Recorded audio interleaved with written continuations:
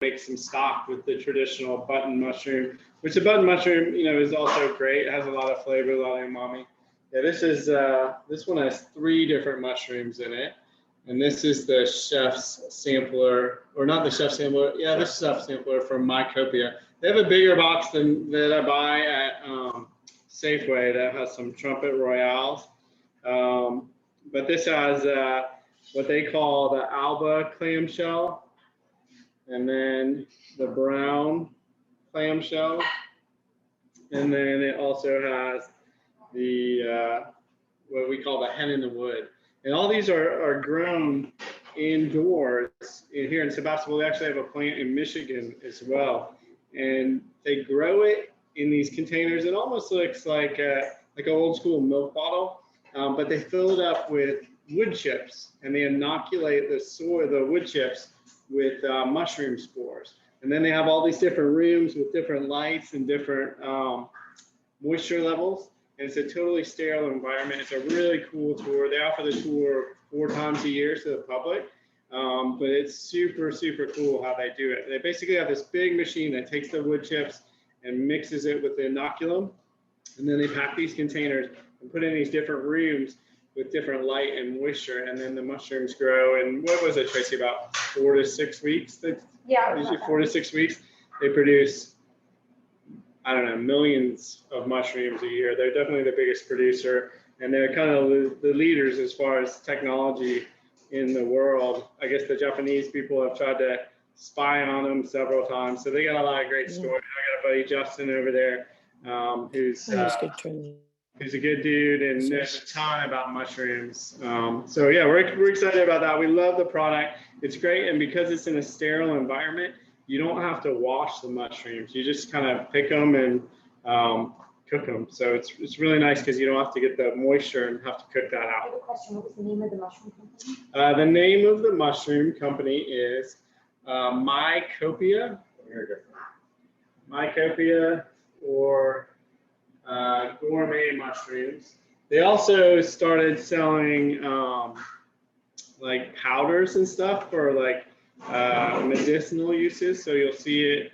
There's a lot of health benefits associated with mushrooms, and they started doing some like food additive powders as well. I think they sell at health food stores and Whole Foods. But really cool company. We love working with them.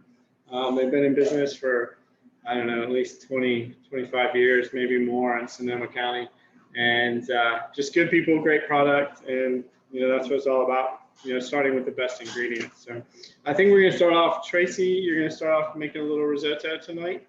And we actually just put this risotto on the menu. Actually, Paul's picking up an order for our last table today. But we finish it with, do you have any truffles in the drawer over there? We finish it with truffle butter. So Tucker, our gardener, lives on the truffle orchard, and I got a couple of truffles in here. So these are, I don't know if you can hold that over to the side camera, Jeff. So you can see it's a black truffle, Perigord truffle, Tuber mellisporum, and it's this is a truffle orchard, and it was planted across the street in Bennett Valley near one of our wineries over there. And they planted 2,000 trees about probably 14 years ago now. And half the trees are hazelnut, and the other half are white oak.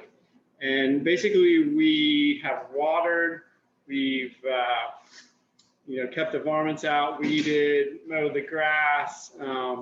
We did that for about 8 years without anything happening. And then finally we started getting a little bit of truffles.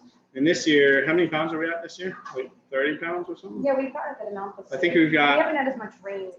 Yeah, last year we had a lot of rain, so we had a lot of truffles, but some of them got a little mushy underground. This year we haven't had quite as much rain, so we've actually had a really good truffle harvest. And one of the things you're looking for is in the truffle to be black all the way through and really have defined lines, like these little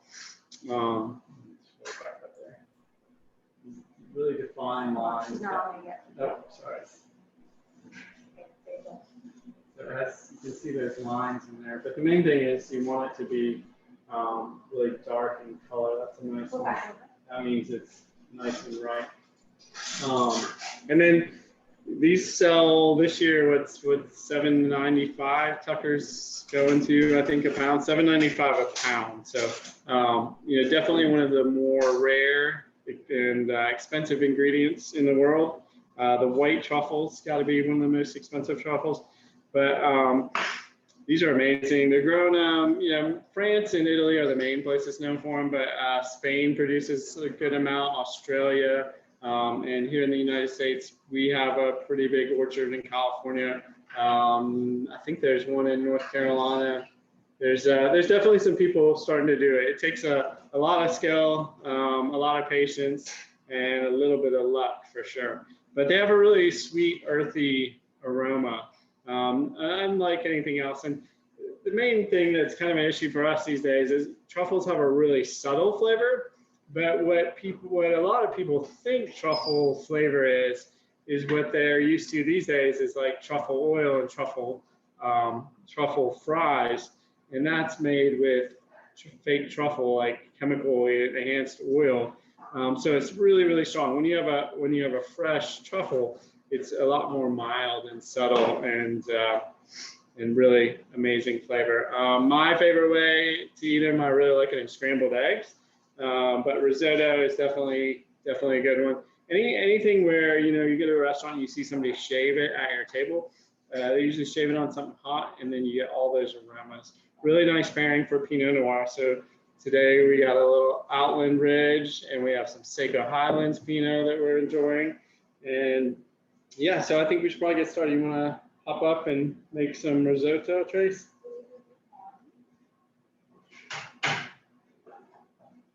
Hi, everybody. Thank you again for joining us. We're always so happy to see you. Cheers to everyone. If everyone has a glass of wine in hand. And so first I'd like to say we're all air cheersing here. So, okay, so let's talk risotto. We've had a couple requests along the way from you all on something that you'd like us to make in risotto. Was one of them, as well as arancini. So that's what I'd like to show you today, an ode to my Italian heritage. So what I'm gonna do is start the onions to get sweat a little bit, and then we're gonna jump to the mushroom stock, just so we can kind of keep things going. So I've got my pan here, and I'd like to show you kind of the side view of my pan. It's a deep pan or sauteuse. So you want this to have a little bit of depth because you're gonna be adding liquid to your risotto. So you want this pan to have some depth to it, to stir a little bit. We're gonna talk about stirring of the risotto in a few minutes. So I've got my pan here, and I'm gonna go in with some oil and my onions and a little bit of chopped garlic. I'm gonna let that cook on a fairly low temperature, like medium low, because I want this to sweat a little bit. I want it to be sweet, but I'm not looking for caramelization. And of course, I'm gonna season them. So while those are slowly getting going there, we're gonna talk to you all about mushroom stock. We call it mushroom stock or mushroom tea. And it's just really easy, really great way to create a flavored liquid to use in something like risotto or even a soup. And so you take white or button mushrooms, brown mushrooms, like that. And there's a few ways you can do this. You can put them in your food processor, or you can even do them on a cheese grater, which is what I'm going to show you today. You're just gonna take them and you're going to, grate them on the cheese grater. So what you end up with are these shredded pieces of mushroom. Jessica, I'm gonna go to this camera here for a second. Right, so you end up with these evenly shredded pieces of mushroom. Like I said, you can do this, thank you. You can do this in the food processor as well. But the idea here is that you want to make these really small pieces, and then you're going to put them in a pot and cover them with water and turn them on low and steep them like you would tea. And what's going to happen is the mushroom we talked about this in other classes, but mushrooms have a tremendous amount of moisture in them. And when that moisture is leached out, it's flavorful. So what we're creating there is what we call mushroom tea, which is just this really beautiful mushroom stock or liquid, like I said, to use in this risotto or even use in a soup. And it happens really fast. You can let this steep for less than an hour and you'll have a really flavorful liquid. So my onions are sweating. You guys can probably hear them sizzling slightly. For those of you that don't know what sweating is, when we're talking about food, it means it's cooking in fat, but it's cooking you know, again, it's cooking so it's not caramelizing. We're not caramelizing, it's a completely different way of cooking. We're cooking so it's developing flavor, it's pulling out the sweetness. Because think about onions and garlic, they're really sweet, but when you caramelize them, it's a completely different flavor, delicious flavor, but for what we're making today, that's not the flavor we want. So I have my mushroom tea over here that I've made and strained. I'm gonna put this up to the camera as well too. I mean, it just looks like a dark liquid, but you can see like that's what happens when you make the mushroom tea. It turns into this lovely brown, you know, super aromatic, you know, flavorful liquid. So I've got my onions in the pan, they're sweating, and now I'm gonna go ahead and add my arborio rice right into the pan. Now, arborio is the rice you wanna use for making risotto. It's an Italian rice. That is a fat or short grain rice. It's a little bit fatter, but it is the rice that you want to use for risotto, and it has to do with the starch in the rice that creates that creamy texture that we all enjoy in risotto. So I'm adding my rice, and I'm just stirred it for a few seconds. Again, I'm not looking for this to be toasty too much. I'm just letting it get in there, meld with the onions and the garlic, and now I'm going to go ahead and add some red wine, of course, Kendall-Jackson Pinot Noir. So I'm going to add my red wine. And it's just enough it almost just kind of coats the bottom of the pan. And I'm gonna cook that just until it's about dry, which will take very few seconds, right? And as soon as that, or let's say reduced by half, there's not much wine in it. So once that reduces down is when I'm gonna slowly start adding my mushroom stock. Now here's the trick with risotto. A lot of people think that risotto is really labor intensive, that you have to stand over and constantly stir it. And although you can do that, if you want to feel like you've done this work and you've got this job done, you can do that. But quite honestly, the idea behind risotto is to kind of find that sweet spot of the perfect temperature. So what happens is the kernels are rubbing next to each other like so slowly. You don't want this in a rapid boil. You want this is definitely a process. This is a labor of love as far as time. So what you want to do is really find that perfect amount of liquid that you add in each stage, because you don't want to just add all the liquid at once. You kind of want to maintain and like really manipulate till you get exactly what you want as far as the end result texture. So what I like to do is, now that my wine is practically gone, I'm going to add in just enough mushroom stock to cover the risotto. When all is said, yes. Oh, sorry, we have one question. You can go back to this, but just so you know, a bit about the proper way to clean the mushrooms. Yeah, we can talk. We'll come back to that in a second. That's a great question. So I have just enough liquid in here to cover the risotto. You can see that, right? You can see a little bit more liquid down here because I was tilting my pan, but really I can still see my rice in my pan. It's not so much liquid that I can't see. And now what I'm gonna do is I'm gonna find, like I said, that sweet spot, right? So it's simmering a little bit more than I want it to. Again, I don't really want to sit here and stir this for the next half an hour. I want to let the risotto, the rice, do the work. So once you find what I like to continue, I'm going to continue saying that sweet spot. What's happening is it's a really slow, gentle simmer, and your rice, the grains of rice are just rubbing up against each other like so. And what happens is it simulates that exact same thing as stirring the risotto. So what happens is that starch is created by the rice granules rubbing up against each other. You can still go in and stir it every so often, but this will take half the work out of it for you, that you can just find that sweet spot. And then what you want to do is you want to pay attention to the liquid. That's the really important part. You don't want there to be too much liquid, but you also don't want there to be not enough liquid. So like I said, we're doing this in stages. So all in all, 5 cups total, but I'm going to add this. I probably added 2 cups to start, and then I'm going to add roughly a cup at a time after that. And I may not end up using 5 cups. So that's the other thing with risotto is making it enough to really kind of figure out when you get to that texture that you like and when is the right time to stop adding liquid. That's a really crucial part in risotto. When the right time to stop adding the liquid, and then towards the end, we're going to add the finishing part. So it really has this beautiful texture where it's runny in just the right way. I almost don't even want to say runny. I like to say it's settled. So we'll talk about that in a little bit too when we get there. But this does need to cook for about 20 minutes or so. So I'm going to step away so Justin can start the mushroom dip, and you guys don't have to be bothered by just watching me stand here watch risotto. You tell me to wash the mushrooms. Yeah, so let's talk about washing of the mushrooms. I mean, oftentimes when you get mushrooms, even just from the grocery store, like brown or button mushrooms, oftentimes they're really not that dirty. But if you're going to wash mushrooms, you could do them two ways. If it's only a few mushrooms, I like to just take a damp towel and wipe it off. And that way you're not submerging the mushrooms in liquid. In the case of using it for mushroom stock, that's not that big of a deal because you're going to be adding liquid to create that stock. So you could put these mushrooms in a bowl of cold water and kind of agitate it, and then lift the mushrooms out and dry them off really well. Or again, in this case, you wouldn't have to dry them off too well. If I were sauteing mushrooms, that's when you want to be really cautious about how much liquid you, that's when I would really either use, like if it were a chanterelle mushroom, I would use a pastry brush, maybe to brush some of that dirt off and pull it apart in the center. If you can, as much as you can avoid mushrooms submerged in water, if you're going to saute them, that's the goal, because as soon as they're wet, it's going to be really hard to get that sauteed, that browning, that caramelization. So hopefully that answered the question.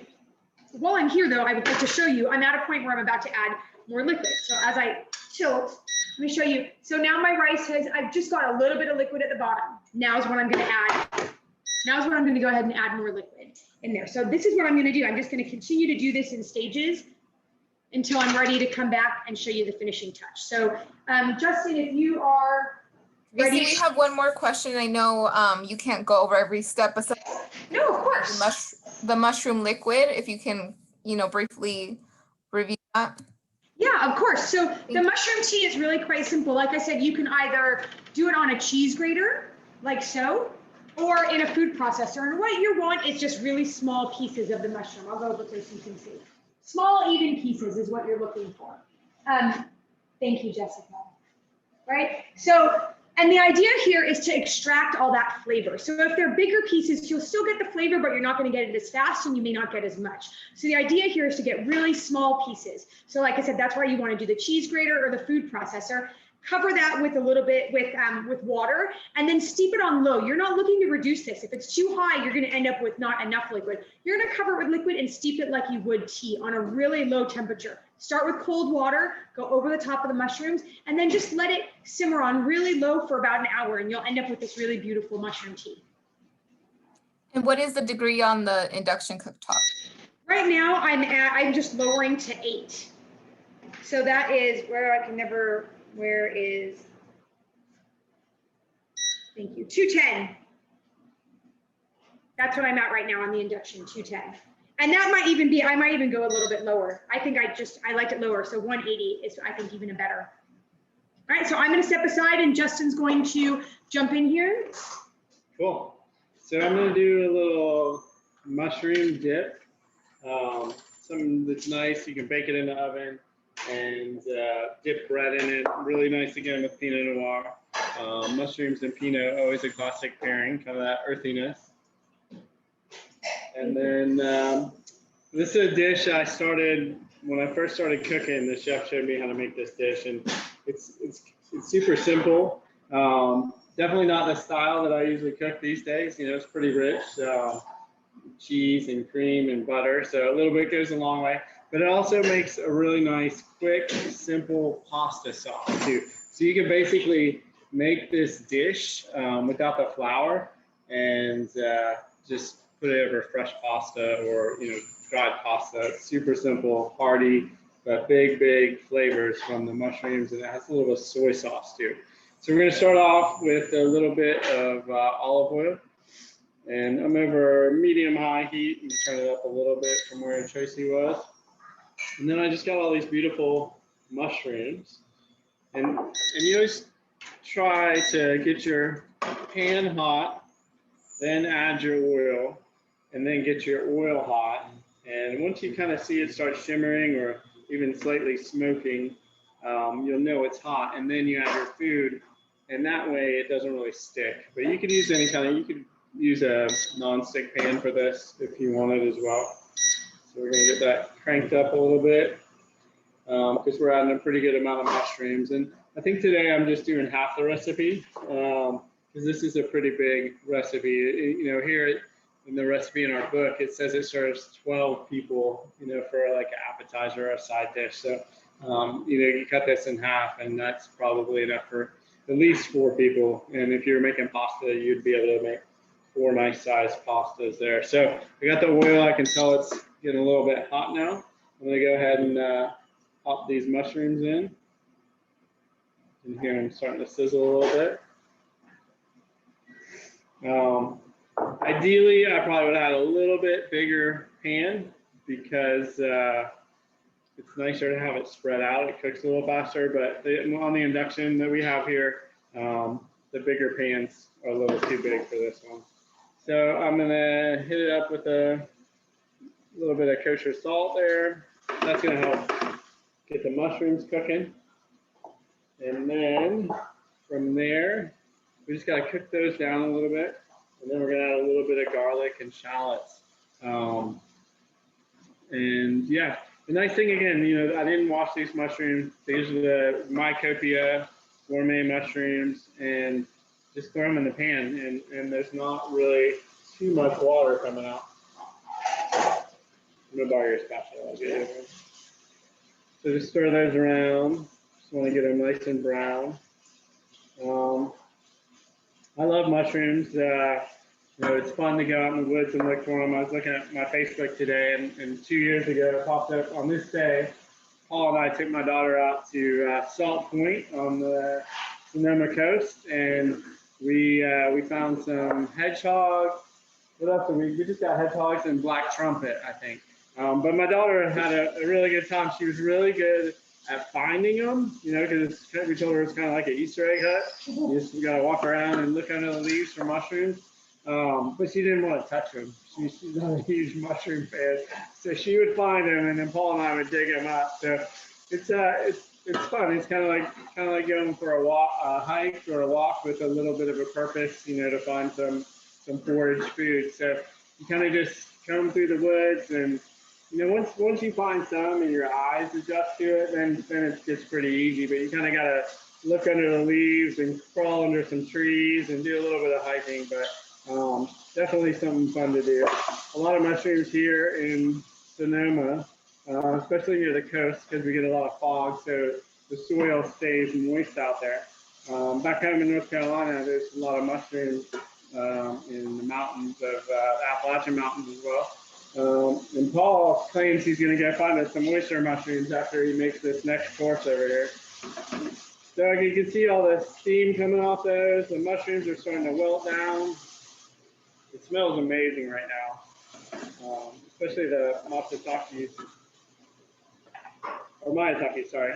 Now I'm just going to move my pan over to my mushrooms over to one side of the pan, and I'm going to add my shallots and garlic in there. Maybe just a touch more of this olive oil. We're just going to let those cook until they're, again, like Tracy was saying, we're not trying to caramelize them and build that flavor. I'm just trying to spread them and release the aromas. And add a little bit of fresh thyme. And this is kind of classic thyme, onions, garlic with mushrooms can't go wrong. Just really, really amazing flavors that go well together. And when they all come together, it just smells spectacular.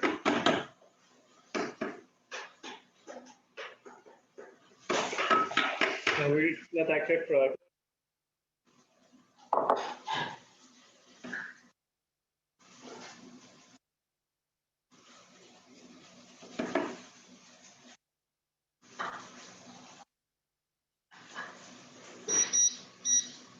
All right, so those are smelling good. I'm going to transfer those over. We're going to pop a little bit of butter in here. Melt that. This is just going to help kind of thicken our sauce a little bit for when it bakes in the oven. We're basically going to make a roux, equal parts flour and butter here. We're just going to toast it. We just want a nice light roux for this. The different colors are, you can go from light golden or a white, a blonde roux is what they call it, all the way up to a black roux, which some people use in gumbo. That's how I like the gumbo. The more you cook the roux, the less thickening power it's going to have later on. So just remember that when you're using the roux.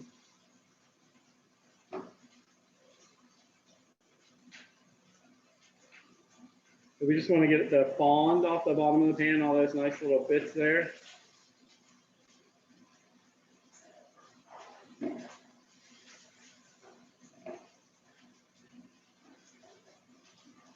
And once it starts getting a little bit of color, we're gonna add our wine and just cook it out, cook the alcohol out, just to glaze it a little bit.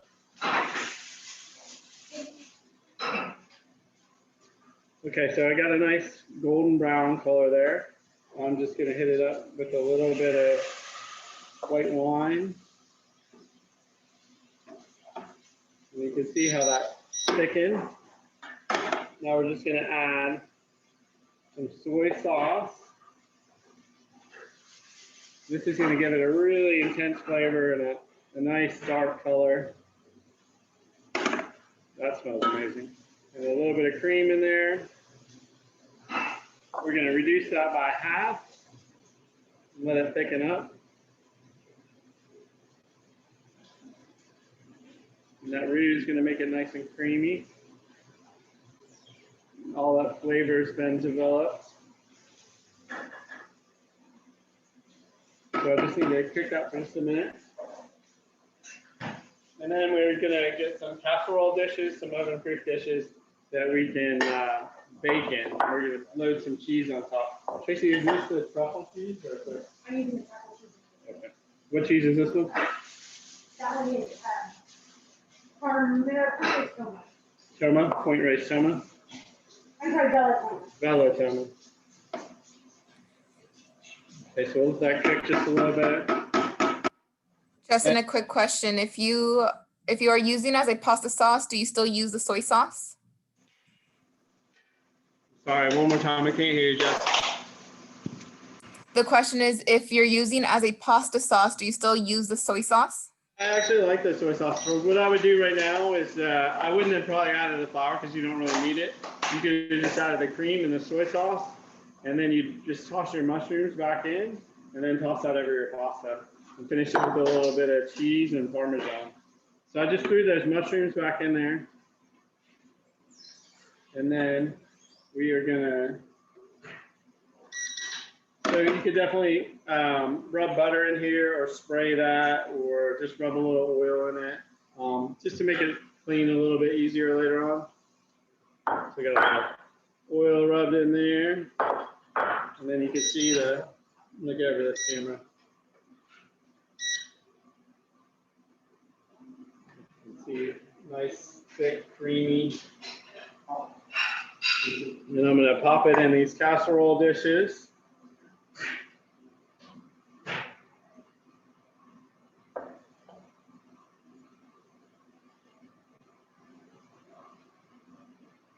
And I'm gonna spread a little cheese on top too. And if you like, a little more crunch to it, you could definitely put some breadcrumbs on here as well. Some panko or, whatever kind of breadcrumbs you have. So a little bit of cheese. And I always like to sprinkle just a little bit of salt over the top. And now I'm gonna throw those into the oven. And we're just gonna let it cook until it's nice and golden brown. So I think Tracy's gonna come finish some risotto, and then Buttercup is gonna make a mushroom dessert. So yeah. Justin, one last question. Would you skip the roux part if using for pasta, then continue the recipe and ingredients if you're using it for pasta? Yeah, I would go probably less cheese. If you're gonna do it for pasta, you would probably just use a little bit of cheese and a little bit of Parmesan cheese too, because you don't want it to get too stringy for pasta, but it would definitely, you saw what that sauce looked like. Just imagine that over some nice noodles, it's delicious. So, and it's a quick dish, but it tastes like it's taken a lot of time because it has a lot of complex flavors, because the mushrooms have umami, and then soy sauce has umami, and that just rich, earthy flavor. So. And also, how can the sauce get thick if there's no flour? If you're making a cream sauce, you can just reduce the cream by a little bit over half, and that'll be thick enough to coat your pasta. You can do the flour, but you really don't need it if you're making the pasta. And you can take a little, couple tablespoons of your pasta water and just finish that in the sauce so you get the right consistency. And then the starch from the pasta will actually help thicken it a little bit. The main thing when you're cooking pasta is you want to cook it about like, I don't know, 8/10 of the way in the pot, and then ideally take it out and finish the last 2/10 of the cooking process in your sauce, and that way it really sticks to your pasta, coats it. Let it go. All right, let's do this. All right, hi everybody. I'm Robert Buttercup here, and today we are doing a sweet dessert with candy cat mushrooms. And if you've never seen the candy cat mushroom, also they call it a curry milk cap. They kind of have, when they're really fresh, kind of have like this yellowish color to them. They don't really have a really nice aroma to it, so you actually have to dehydrate them first. It's kind of what it looks like, and so it's like almost like a chip. But once they're super dry, they're really potent. They almost have like maple syrup, vanilla, brown sugar, and some cinnamon. It's really fun to work with, and just a small bit goes really a long way on this. So we're going to play around with this, and today we're actually making a creme caramel, which is a French custard today. And as Justin was talking, I actually put my hand on to get it really nice and hot, because we're actually going to do a dry caramel for this dish. Robert, what's the advantage of a dry caramel as opposed to adding water, right? So yeah, so there's two different ways you can do it. So you can actually add your sugar with your water and cook it to the caramel sugar stage, which is about 340 to 350 Fahrenheit degrees. So it's really hot. Or if you don't want to go in that process, I've just been doing this technique a really long time. And basically you're just taking dry sugar, putting it in a hot pan, and we're just going to melt that together. As you can see, it's already, you can kind of see it already sweating a little bit, like it's breaking down. So we're just going to keep that. And we don't want to add all of it at once. We're just going to add a little bit just to kind of caramelize it. Because if you add it all at once, then it can clump up, and it's going to be hard to really break down. So we're just doing it in small increments. Robert, sorry if you've already said it, but what is the induction set at? The induction is set at 210. Did you get that? Yes, thank you. Okay. As you can see, it's already turning color. And we're just going to be adding a little more sugar to that.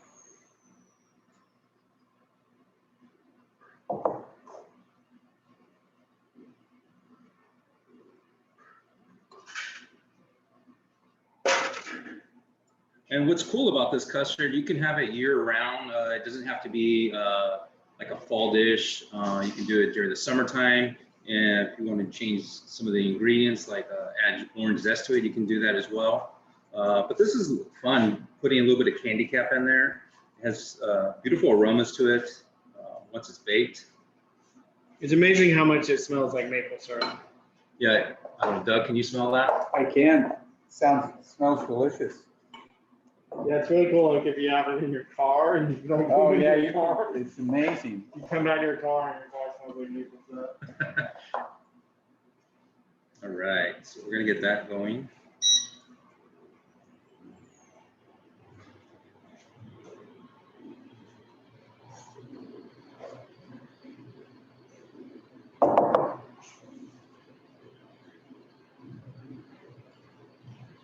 Oh, you know what? I also want to give it a shout out to my Texas people. I know one of my family members is on right now, so it's kind of nice to have a family from far away, and I know they're dealing with the storm right now. So hopefully, you know, they can follow this recipe and they can make it, you know, at some point this week. All right, so we're gonna add a little bit more to that.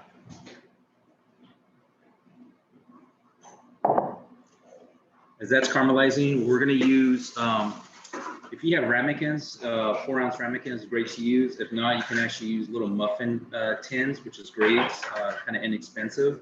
We have 8 of them here. Recommend a 2-inch hotel pan or a roasting pan. We're gonna pull these out. I'm gonna show you how to actually add the caramel to that without burning yourself. Most important thing, as the sugar is really hot, you don't want this to drop on your skin or you'll get a blister on you.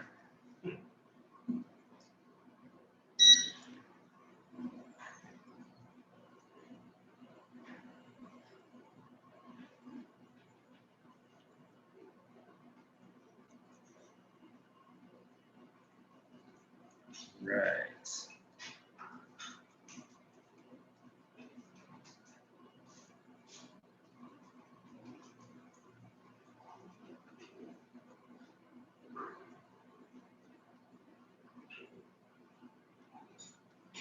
Right. So it's, you can see, let's put it over here. It's turning that almost amber color. This is a light caramel. This is probably around like 340. We're going to take it at least to about 325.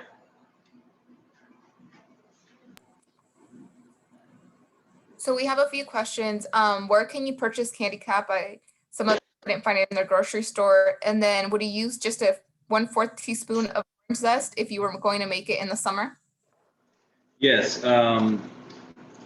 I think some specialty stores might have fresh, but if you're looking for dry, there's a company called Wine Forest that actually has dry candy caps. You can buy it online. You can buy it online. That's where I just saw it, and it's probably about an ounce, maybe less than an ounce.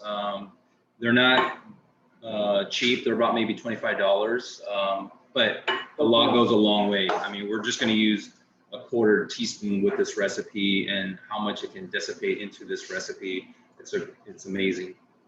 All right.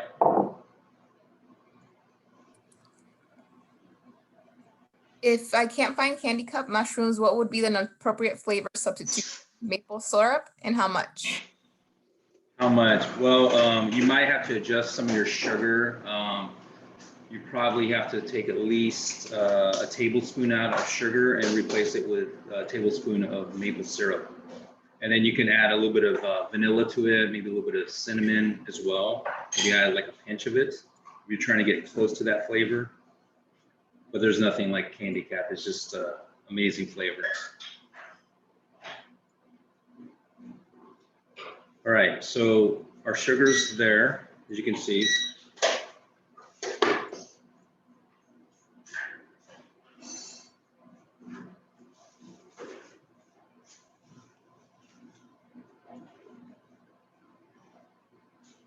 All right.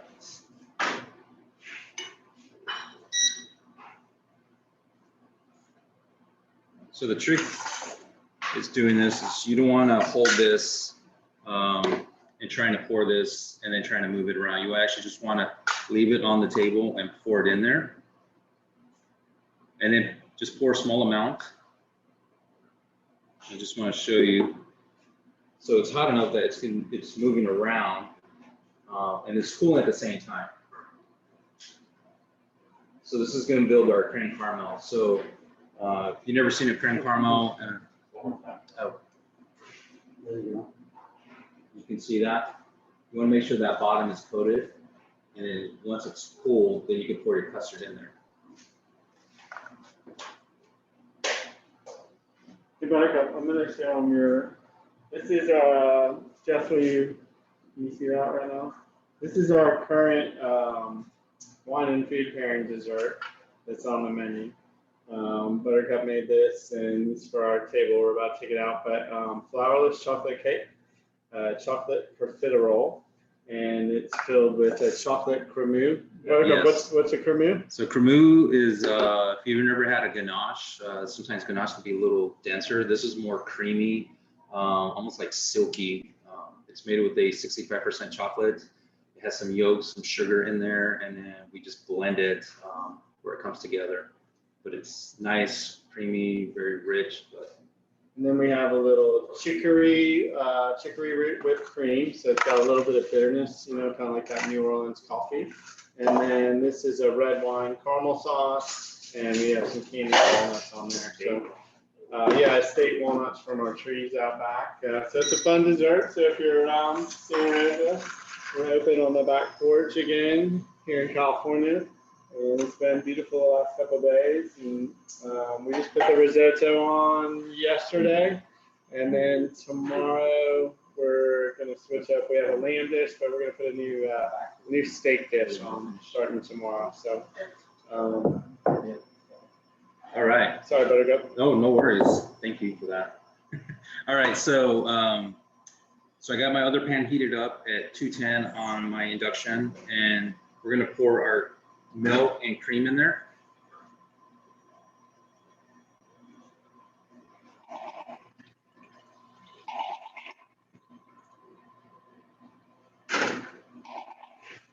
We're putting our 2 eggs and 3 yolks in our mixing bowl. Sugar, and put the half of the other sugar here. Now we're just gonna whisk that.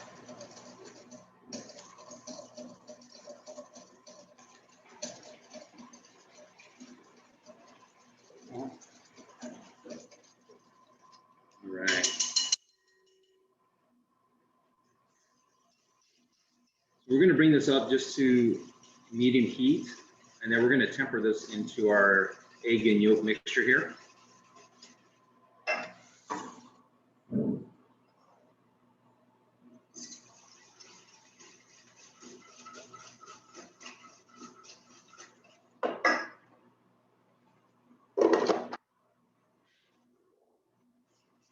We have our candy cap, which I actually put in a coffee grinder if you have one. They're great to have for little things like this. And so I'm just gonna pour that into our milk.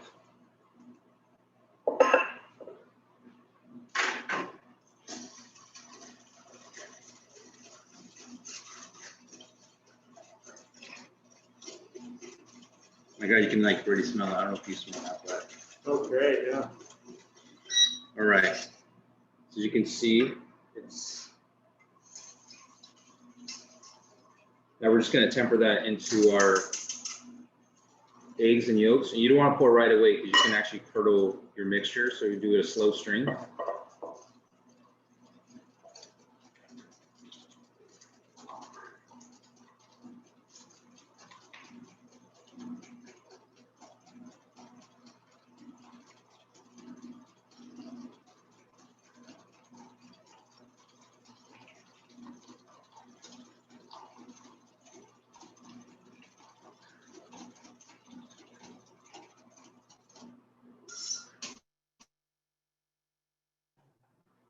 Now that that's mixed in, if you have a strainer or a chinoise, if you don't have it, you can use a small strainer.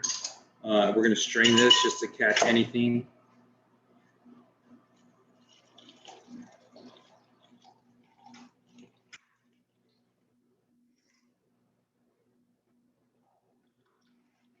Okay.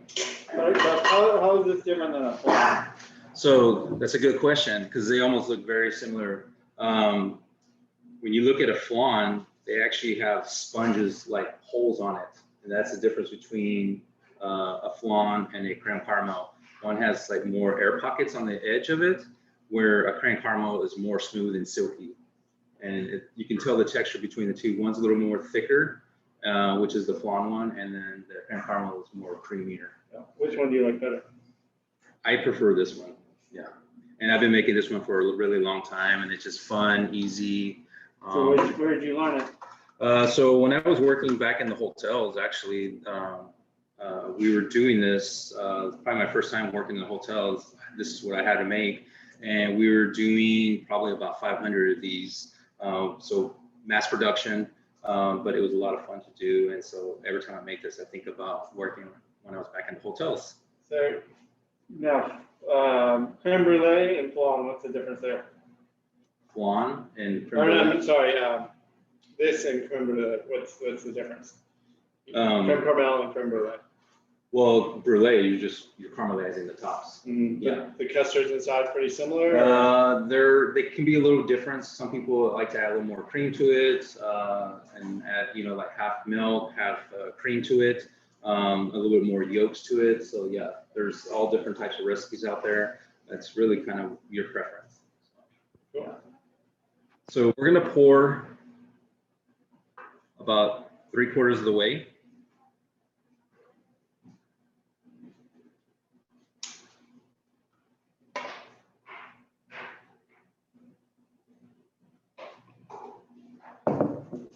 And then, no, I need just like a picture so I can just show you. Yeah, so I can put some water. So when you actually cook this recipe, we're doing a low fan. We're gonna put this right in the center so it gets that nice heat from the top and the bottom. And we're actually using water, and this will just kind of keep it moist. You want cold or warm, or does it? You actually want hot water, so cold water. So we use hot water just from the tap is fine, because if you don't do that, then it's going to take a really long time to get your custard at that temperature. So starting with hot water, it's going to start activating the cooking process. Just hot water from the tap. We're going to pour that about halfway. And then we'll cover this with foil, and then we'll bake this at 325 for 45 minutes. And then so it's basically going to kind of steam it. Yeah, so basically it's going to steam it. And remember, I put that hard caramelized sugar at the bottom. And so during the baking process, it actually breaks it down and gets that liquid, and it stains that bottom, which is the creme caramel. So that you almost make your sauce in the container, so you don't have to like make a sauce, and you don't have to brulee it like creme brulee, but you get those same flavors. And we'll show you once this is all baked. All right. Okay. I'm turning into Tracy now. So. Okay. All right. Let me do a little recon here.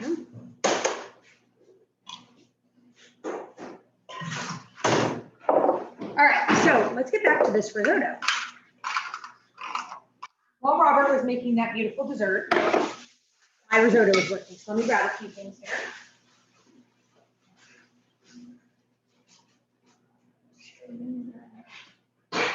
Okay. So,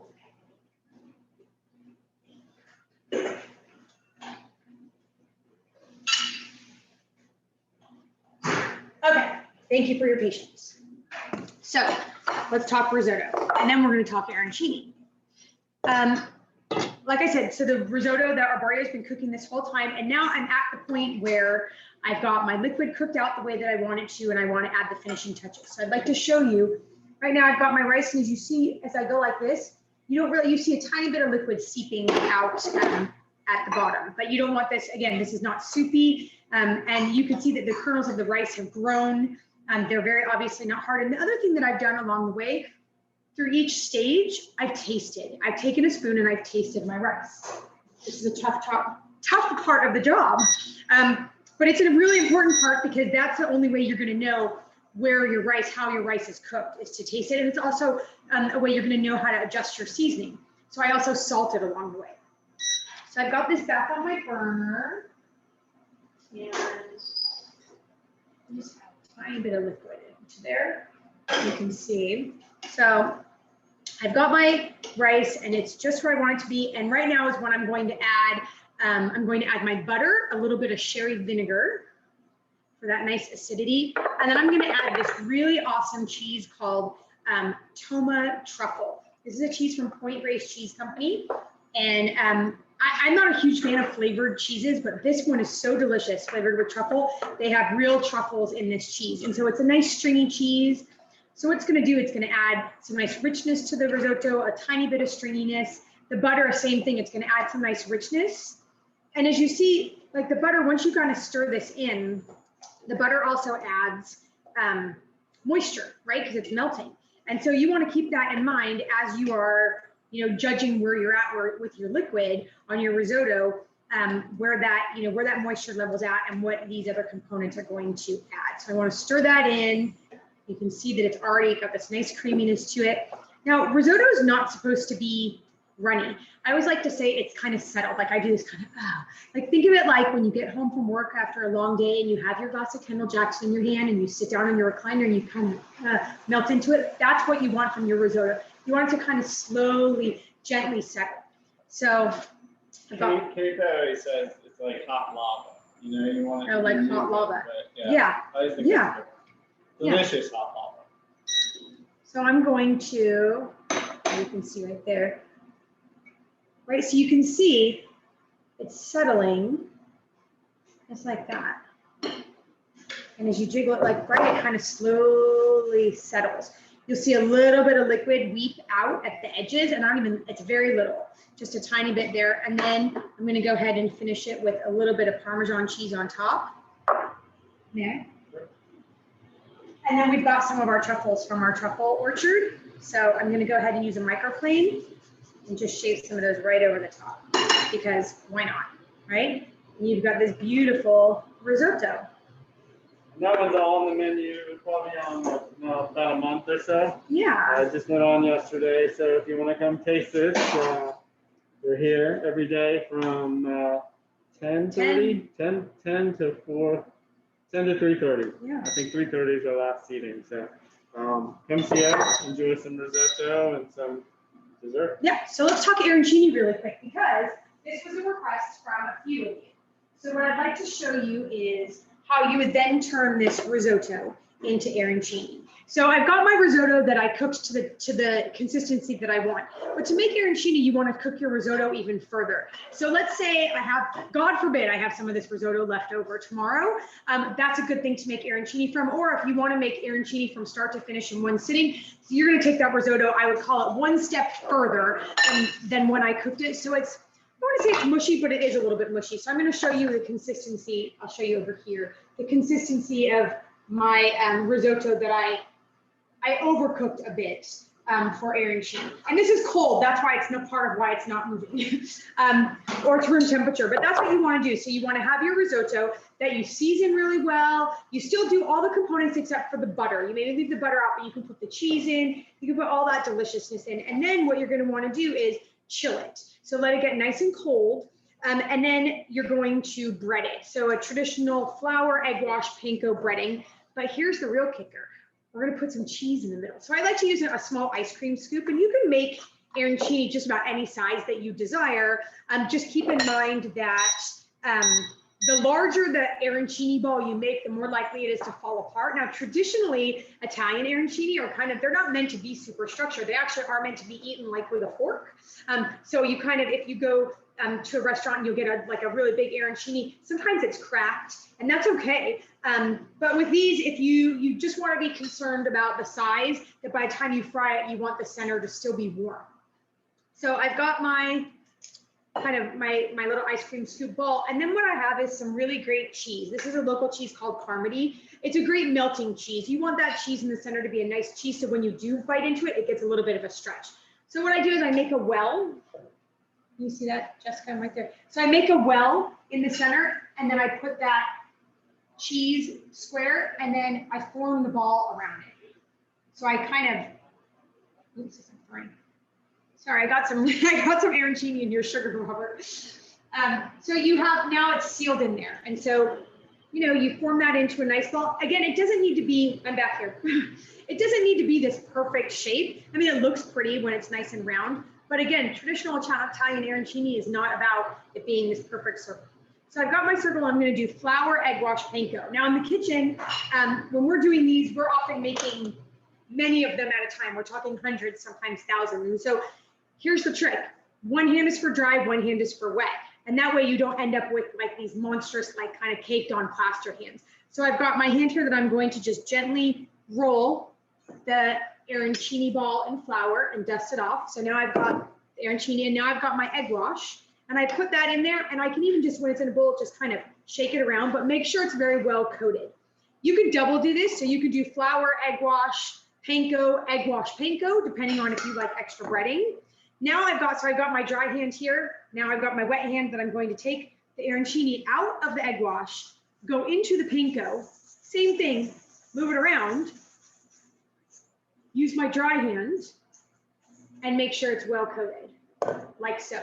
Again, you can, if you want to make these and freeze them, I definitely recommend doing the double. So flour, egg wash, panko, because I think that gives a nice seal from the freezer. But for right now, let's just do flour, egg wash, panko and see what happens. So I've got a small pot of oil right here that I've got at between 325 and 350. And I'm going to drop that in. And I've got, we call this a spider, but I've got a little strainer and then a pan with paper towel right here. Turn this down. So the other thing you want to do when you go in here is, where that got from, you don't want to play around with it too much, because once they go kind of, they're a bit delicate. So so once you go in there, you don't want to move it around, you don't want to agitate, you want to let the oil do their thing. That got brown fast. So now you just kind of build upon that, right? So we've got our, again, I'm going to show you. So I've got my, I'm going to go to the other camera, Jessica. So I've got my ball. And the part of the reason I like to use the ice cream scoop is because if you're going to be making multiple of these, they're going to be a consistent shape. If you just kind of free form them, again, that's fine. But if you put all of them in the fryer at the same time, 5 or 6 arancini balls, and they're all different shapes and sizes, they're going to cook at different times. So again, I put my cheese right in that well in the center. And then Tracy, if you freeze them, do you thaw them before? You don't have to thaw them. You can, but if you do thaw them before you fry them, they're going to be really delicate, and generally you're going to have to toss them in more panko. When you store them, it's good to store them with an excess of panko around it as well. But you can fry them right from frozen. But the trick to doing that is chances are the center could still be frozen by the time your arancini is fried. And so what you want to do is just maybe shoot them in the oven for a few minutes, just to guarantee that they are actually still, are hot all the way through. So again, I'm just going to show you guys one more time because it can be a little bit confusing, but it's really not. First, I've got it in the flour. I've got my left hand, shake off the flour. Now I'm going into the egg wash. Okay, my left hand is dry. I'm shaking it around. I'm making sure that every area is coated. If it's not well coated, the panko is not going to stick to the outside. Now I've got my right hand, left hand flour dry, right hand wet. Okay. Tracy, somebody's asking about other cheeses. We use mozzarella a lot of times too. Any great melting cheese, whatever you have. Yeah, you just want it to be a stringy melting cheese. I mean, a lot of your flavor is in the actual risotto. So that cheese is more, it's kind of like that stringy texture. I mean, it can add some flavor, but it's not quite as, it doesn't have to be the most important component. So at this one, I'm going to go back and do second egg wash panko. So I did flour, egg wash panko. I'm going back in, make sure it's nice and well coated. Again, I'm using my wet hand. Going in here. And we do it a lot of times for a past hors d'oeuvre. It's nice, 2 bites. It's pretty easy to eat if you're standing up holding a glass of wine. Yeah. It's pretty hearty too. We had a couple of years where we made too many and then nobody wanted them on the menus, but Yeah. we took a break for probably 5 years.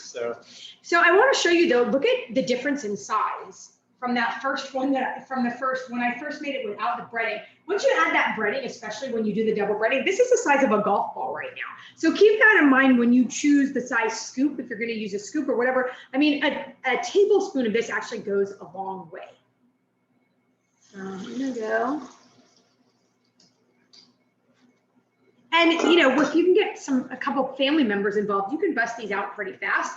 And they are kind of a handy thing to have in your freezer, as a treat, and there's lots of different flavors you can put in this too. Obviously today we did mushrooms. I could have put chopped up mushrooms in here as well, but you could also, we've made these with like ham and cheese in them, or tomato sauce inside. We've made them with butternut squash puree on the inside. So there's lots of different flavors that you can use, corn, lots of different flavors that you can use in here to make them especially delicious. These are frying fast. So right now you've got this mozzarella ball. My cheese isn't as stringy, but see, you've got this inside now that you've got this delicious crispy ball of rice. That's just really tasty. So again, like I said, putting them in the oven for a few minutes after you fry them really helps to ensure that that center is completely hot. And depending on the size, like I said, these ones are a little bit bigger, so that size, the larger they are, the longer they're going to take to heat through. But I know that we had some requests for arancini, and we were making risotto today, so why not? I know Justin has his mushroom dip ready to go here, so I'm going to hop out of the way. Tracy, before you step out, I know you showed the overcooked risotto. Somebody asked if you can show in the side camera the properly cooked risotto. Yes, I can, but I'm going to say at this point, it's Okay. maybe 10 minutes. In that 10 minutes of that risotto sitting, it's gotten thicker. Like it's definitely close to overcooked. But I'm happy to show you. You can see that. So you can see in this pan, there's nowhere near as much. It's not settling anywhere near as much as it did. But that's the thing with risotto. It's really finding that sweet spot of when the right time to take it off and then when to, and I could add a little bit more liquid to this and kind of get that consistency back, but the risotto, the rice itself is probably going to be, it's going to have a texture of a little bit more cooked, because even while it's just sitting there, it was still in the pan that was hot. So it's continuing to cook. Does that answer? Yeah. Okay. Thank you. Right. The only thing I forgot was bread. We usually serve a baguette with this one, but we didn't. We're making cornbread today, or tomorrow. You're making cornbread. We're doing our meals to go for local wine club members to come up and to come to the winery and pick up on Wednesdays and Fridays.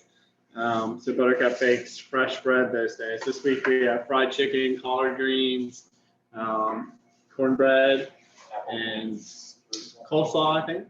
And then you're doing an apple dessert.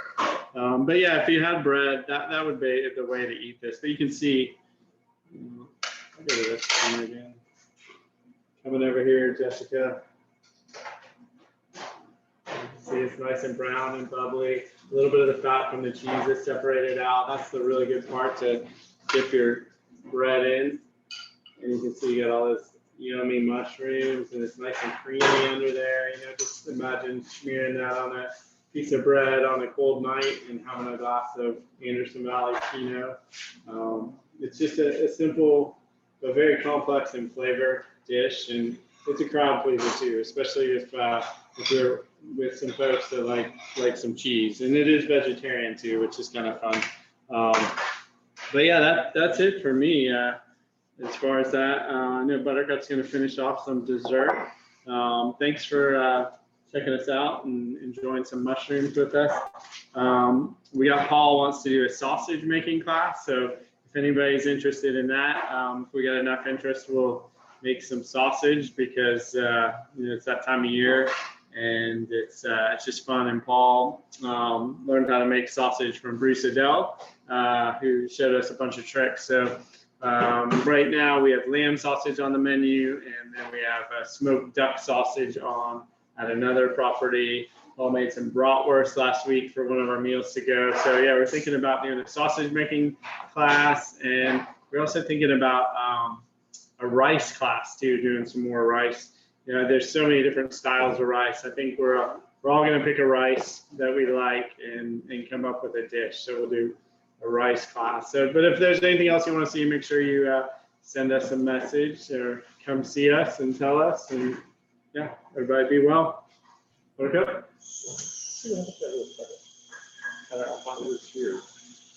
Thank you.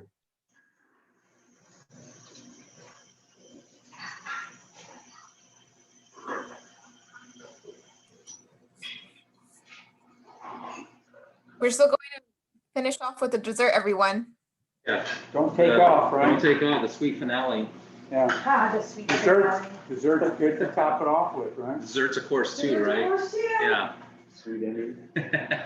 All right, so I actually made this custard ahead, just because once you pull it out, you actually have to let it sit for about an hour to come to room temp, and then you want to store it in the fridge to kind of get it nice and cool, so it's nice and stiff, and inside there is our liquid. Okay.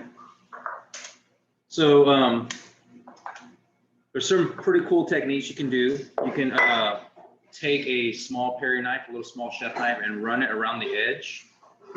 Or if you have nice little handy stainless steel pastry cutters, I actually dip this in warm water to get it nice and hot.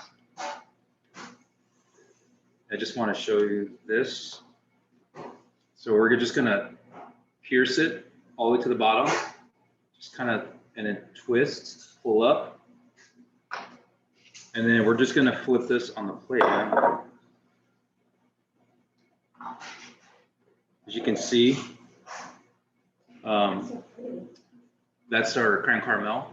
So you can see that. It's like the sunset. Yeah. So now you have that beautiful caramel that actually was on the bottom, that was all hard during that baking process. It's all nice and liquidy, and then you can see it kind of stains that top. And then you have this beautiful kind of creamy, custardy, silky creme caramel.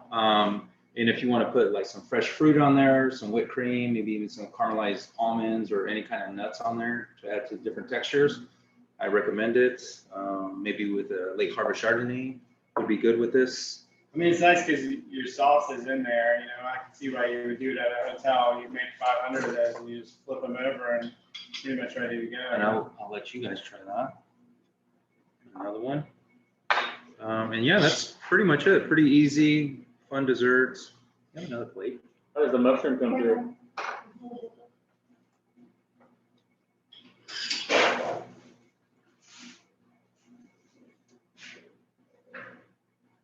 Is it the mushroom that gives it that orange? I mean, it's such a vibrant orange color. No, that's actually from the caramel from caramelizing. So that's very important to if you want like a lighter caramel, then you would go about 340. If you want a little more darker, richer, say about 350, 355. Yeah. How do you like it with color? I like it about 350. Yeah. Yeah. How do you like your marshmallows if you're having s'mores? What's your style? I'd say in between. Golden brown or Golden brown, yeah. I like to burn them a little bit. Same thing with the candies. Yeah. That's it. Anybody Justin, have we any? do have one question, sorry. The best way to freeze fresh mushrooms. Freeze fresh mushrooms. Probably cook them, and then if you have a vacuum packer, pack them and seal them, and then just when you reheat them, defrost them, and then warm them up. You know, the one thing that's going to happen is going to change the texture a little bit, and a lot of the moisture is going to come out.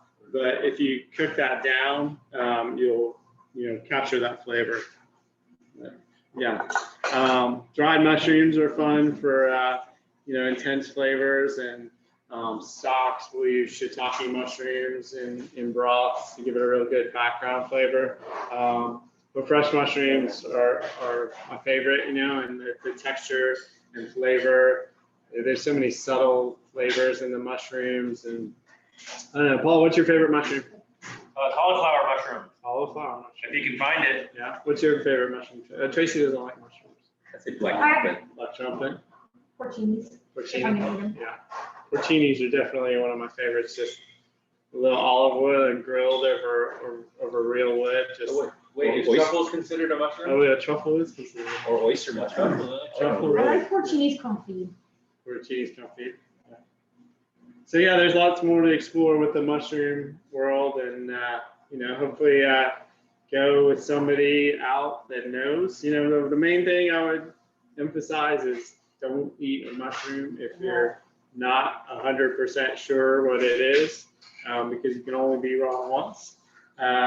So you want to go with someone that knows what they're doing, preferably someone with some experience. You kind of always want to go with the older person that's lived through some mushroom seasons, that know how to identify it. I know there's some apps on the phones now that will help you identify mushrooms, but definitely having a good book and somebody that knows, one, what to look for, but where to look too. It's definitely a lot easier if you're in a spot where you know there are mushrooms. Otherwise, you're just on a long walk in the woods, which probably isn't a bad thing either. So it's kind of like golf, mushroom hunting is a good walk. It's bonus if you score some mushrooms. Okay. Anything else? I think that's it, yeah. Anything else coming up we got to talk about? Do you hear me? Yes. What about lion's mane mushrooms? The lion's mane, yeah, we've been playing around with those a little bit. The texture is definitely different, I would say. We haven't quite mastered it. The Mycopia is going to release some this year. They give us some samples of stuff, but I don't know if they're in the stores yet. But they're pretty. They're out there a while, but they're just they're not. You're passing much. You're gonna find like one here or Yeah. one there. But my buddy Justin over at Gourmet Mushrooms, he makes he kind of cuts it up and makes like a crab cake with it, but a mushroom cake with the lion's mane, and he really, really likes that. But the texture straight up on their own was a little different, I would say. But they're definitely a cool mushroom, and they look really cool for sure. Oh, so they're good for your brain. Yeah.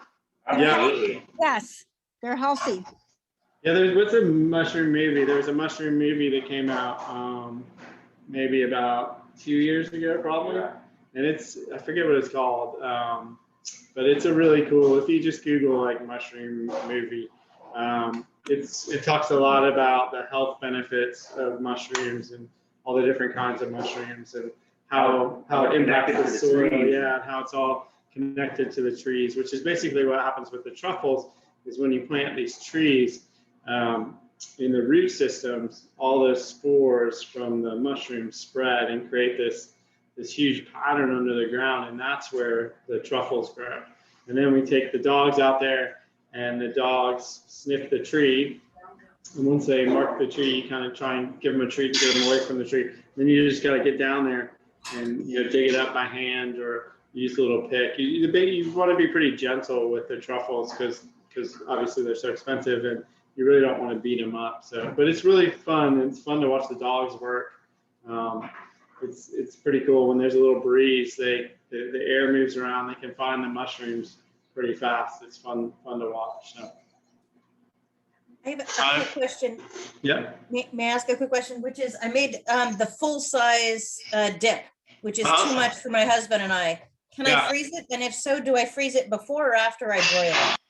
I would say, have you already baked it? No.